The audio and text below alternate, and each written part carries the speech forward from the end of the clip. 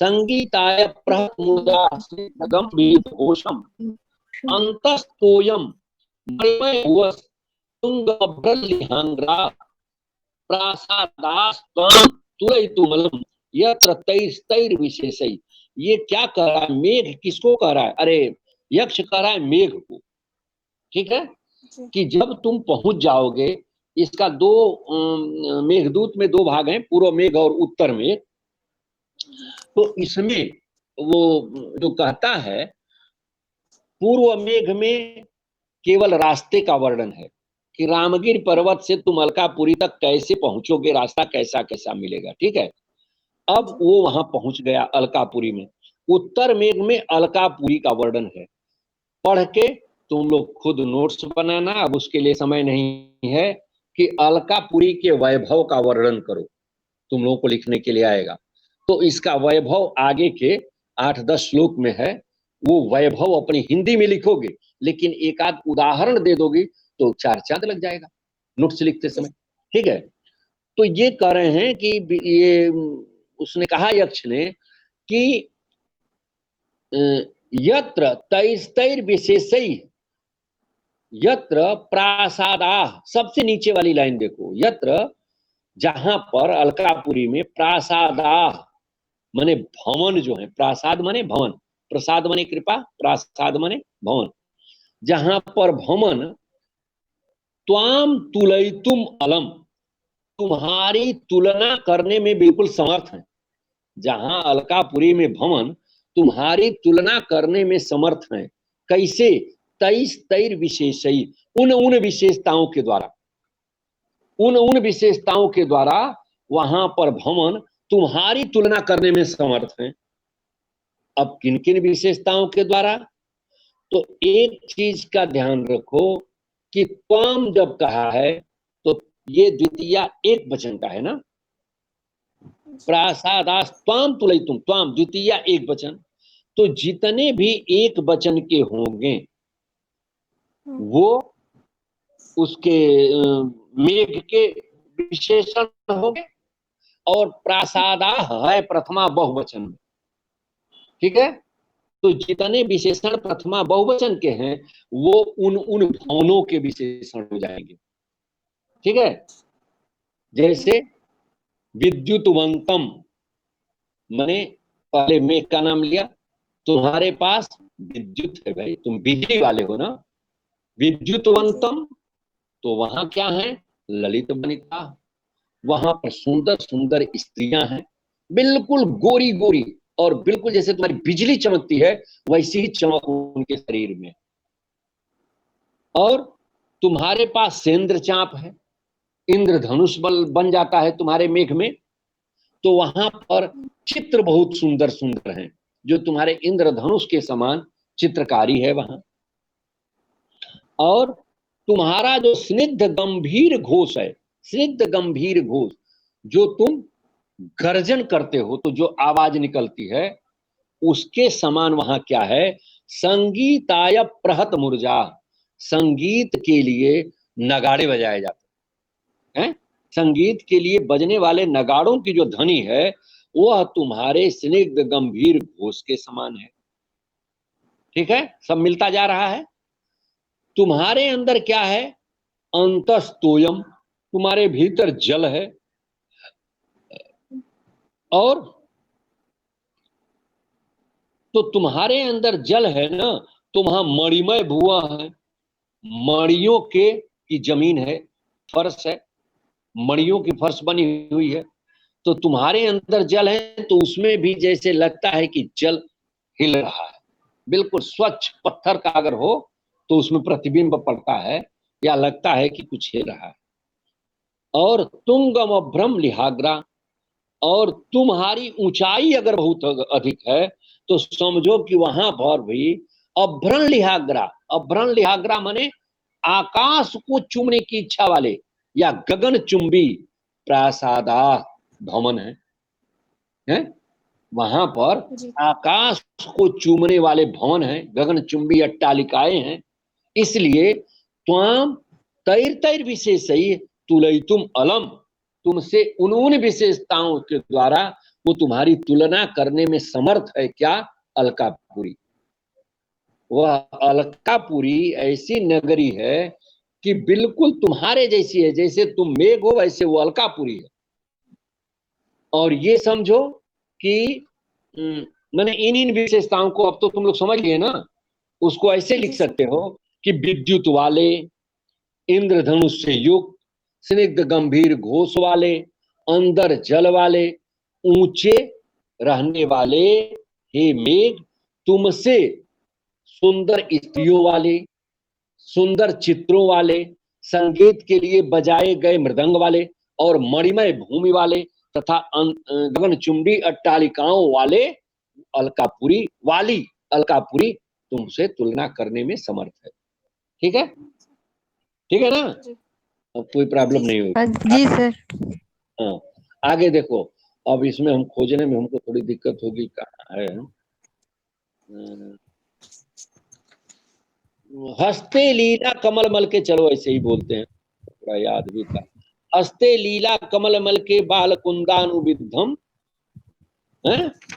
नेत्रानीता प्रसव रसा पंडुतामान नेत्री है।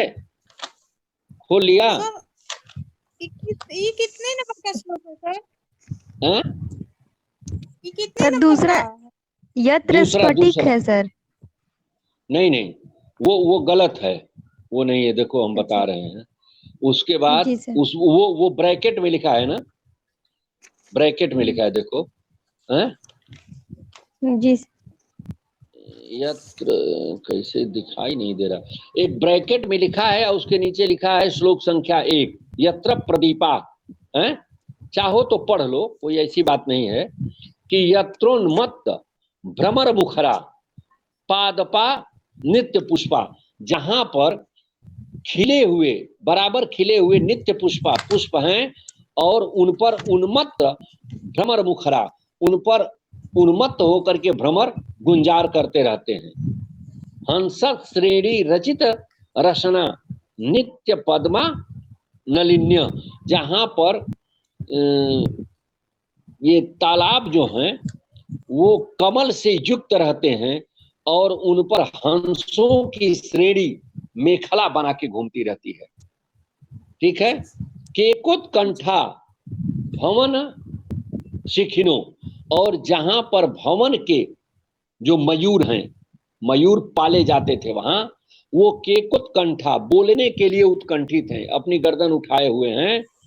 और नित्य मां स्वाद्यमाना लिखा है, हमको समझ नहीं आ रहा है। नित्य मां स्वर कलापा, मां भास्वत कलापा, नित्य भास्वत कलापा, निरंतर आवाज करने वाले, गर्दन उठाए हुए, जहां पर घर के अंदर रहने वाले मोर हैं। नित्य नित्य ज्योत्सना प्रतिहृत, स्पष्ट नहीं हो रहा है। वृत्तिरस्या प्रदोषा, वृत्तिरम्या प्रतिहृत तमो वृत्तिरन्य, जहां पर अंधकार को हटा देने वाले वहां की रमणीय प्रदोष हैं। रात्रि के प्रथम समय को प्रदोष कहते हैं, प्रदोष हैं। यद्यपि यह कालिदास के मेघदूत का श्लोक नहीं है, ठीक है, इसीलिए इस पर भी नंबर 1 लिखा है। समझ रहे हो ना? ये प्रक्षिप्त है, जोड़ा गया है, इसलिए इसको हम छोड़ देने के लिए कहे थे। अब दूसरा श्लोक तुम लोग देखो, हस्ते लीला कमल मल के निकालो।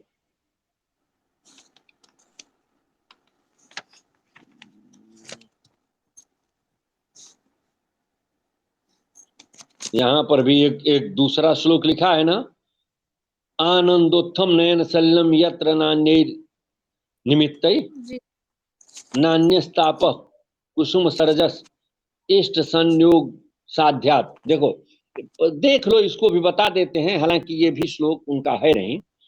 ये कह रहे हैं कि आनंदोत्थम नयन सलिलम यत्र नान्य निमित्तै, जहां पर आंखों में आंसू तो आते हैं लेकिन वो खुशी के आंसू होते हैं, किसी और कारणों से नान्य था, नान्य निमित्त, दूसरे निमित्त से आंसू नहीं आते हैं, नयन सलिल। ठीक है। नान्यस्ताप, वहां पर किसी को बुखार नहीं होता है। बुखार होता है तो किस तरह का? कुसुम सरजा दिष्ट, कुसुम कामदेव का, जब काम पीड़ित होते हैं लोग तब उनके शरीर में ताप बढ़ जाता है। और वो भी ताप कैसा होता है, इष्ट संयोग साध्यात, जब इष्ट मिल जाता है, प्रेमी को प्रेमिका और प्रेमिका को प्रेमी मिल जाते हैं तो वो ताप अपने आप समाप्त हो जाता है। ठीक है ना, इष्ट संयोग साध्यात, इष्ट के संयोग से समाप्त हो जाने वाला केवल ताप होता है, नान्य ताप, दूसरा कोई ताप नहीं होता है। कुसुम सर्जाय इष्ट संयोग साध्यात। और नाप्यन्य मात प्रणय कलहात विप्रयोगोपपत्ति वित्तेशानाम न च खलु वयो यौवनात् अन्यदस्ति। कहने का मतलब है कि वित्तेशानाम, वहां पर जो नाप्यन्यस्मात् प्रणय कलहात होना चाहिए ना, प्रण कलहात का प्रणय कलहात विप्रयोगोपपत्ति, जो पति पत्नी में वहां वियोग होता है वह केवल प्रणय कलह में होता है। प्रणय कलह, कलह भी दो प्रकार के होते हैं ना, एक कलह वो होता है जिसमें डाइवोर्स हो जाता है ना, और एक कलह वो होता है जो पत्नी को, जिसके पत्नी के जितने भी नाम बताए गए हैं उसमें उनके दंपति, जंपति, भामा, भार्या वगैरह वगैरह, उसमें एक आता है भामिनी। भामिनी उसको कहते हैं जो अपने पति से माने व्यर्थ में नाराज हो, जिसको नाराज होने का नाटक करे से, समझ रहे हो, प्रणय कोप जिसको बोलते हैं कि मान हो गया, अब वो मना रहा है, अरे क्यों रूठ गई, क्यों, और रूठी नहीं है लेकिन रूठने का अभिनय करती है। ठीक है ना, तो एक ये वियोग हो जाता है, नहीं आज आप नहीं बोल, ये किए हमको, ये नहीं किए हमको, पिक्चर नहीं दिखाए, हम आपसे बात नहीं करेंगे। तो इसी प्रकार का ये जो वो होता है, वियोग होता है, नाप्यन्य प्रणय कलहात विप्रयोगोपपत्ति, वियोग की जो उत्पत्ति होती है, जो पति पत्नी नहीं मिलते हैं वो सिर्फ प्रणय कलह में, ऐसा नहीं है कि किसी घरेलू हिंसा के कारण या विपरीत विचारधारा के कारण एक दूसरे से अलग होते, ऐसा होता ही नहीं है। वित्तईसाना न च खलु वयो, और वहां पर न च खलु वयो यौवनादन्यदस्ति, वहां युवा अवस्था के अलावा कोई अवस्था ही नहीं होती, इसीलिए उसको भोग लोक कहते हैं, भोग लोक कहते हैं। जैसे कहा जाता है कि युवा अवस्था में ही हम भोग कर सकते हैं किसी भी चीज का, श्रृंगार का भोग तो युवा अवस्था के लिए प्रतिष्ठित है ही। हम अगर किसी खाने पीने की भी चीज का भोग करना चाहते हैं तो युवा अवस्था में खूब घी खा सकते हैं, दूध खा सकते हैं, पच जाएगा। जैसे उम्र बढ़ती है तो डॉक्टर मना कर देता है, चिकनी चीज आपको नहीं खानी, ये नहीं खाना है, ये नहीं खाना है। तो भोग की अवस्था और भोग की स्थली, इसीलिए उसको स्वर्ग कहते हैं ना, लोग कहते हैं स्वर्ग का सुख भोग रहे हैं, वहां सिर्फ भोग होता है, दुख नहीं होता है। तो ये कह रहे हैं कि वहां यौवनादन्य दस्ती, न कोई अवस्था ही नहीं होती है जो अवस्था को छोड़ के। ठीक है, अब इसके आगे का श्लोक क्या है, तुम लोग पास है ना जी। क्या है, अब आया हंसते लीला कमल बल के, नहीं सर, हैं यस्या यक्षा हैं? सीतमढ़ी नहीं नहीं नहीं, चलो ये तीसरा श्लोक है। पहले ये जानो, हस्ते लीला कमल मल के बाल कुंदानुविद्धम नेत्रे, अरे होगा भाई, दूसरा श्लोक देखो तुमने सर, यस्याम यक्षा दे रहा है तीसरा, तो ये तो तीसरा है ना जी, अभी तो हम एक ही श्लोक में पढ़ा है, विद्युतवंतम ललित वनिता, क्योंकि ये बीच के जो दो श्लोक हैं वो तो प्रक्षिप्त हैं। ठीक है, तो दूसरा श्लोक होगा, किसी के पास किताब नहीं है, किताब है सर, लेकिन किताब ये नहीं दिया हुआ है, हस्ते लीला कमल मल के नहीं दिया हुआ है, नहीं दिया है, अरे देखना होगा सर, वो दिया होगा, आगे पीछे देख लो, चाहे इसी को देख लो, हमको क्या करना है। यस्याम यक्षा सितमणिमयान नित्य हर्म्य स्थलानी, जो वहां ये जानती हो, हस्ते लीला कमल मल के, इसलिए हम कहे हैं कि यह कालिदास के उत्तर मेघ का बहुत प्रसिद्ध श्लोक है। और प्रसिद्ध श्लोक ये है, ये बताता है कि जहां न पहुंचे रवि वहां पहुंचे कवि, हैं अपारे काव्य संसारे कबीरे का प्रजापति, यथास्मै रोचते विश्वम तथैव परिवर्तते। जैसी इच्छा होती है वैसा कवि बना देता है, वो तो ब्रह्मा होता है काव्य सृष्टि का। तो इसीलिए हस्ते लीला कमलमल के बाल कुंदानुभिद्धम नीतालोध्र प्रसव रजसा पांडुता मानने श्री चूड़ा पासे नवकुर्बकम, चूड़ा पासे नवकुर्बकम त्वदुपगजाम सीमंते त्वदुपगजाम यत्र नीपम बधूनाम। यानी 6 फूल उसमें दिखाया गया है और वो सारे फूल स्त्रियां अपने सारे फूलों से श्रृंगार करती हैं, जबकि 6 फूल 6 ऋतुओं में पैदा होते हैं। तो प्रश्न ये उठता है कि एक ही ऋतु में सारे फूल कैसे मिल जाते हैं?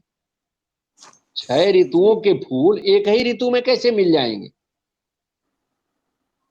इसलिए वो बहुत महत्वपूर्ण श्लोक है, उसको देख लेना।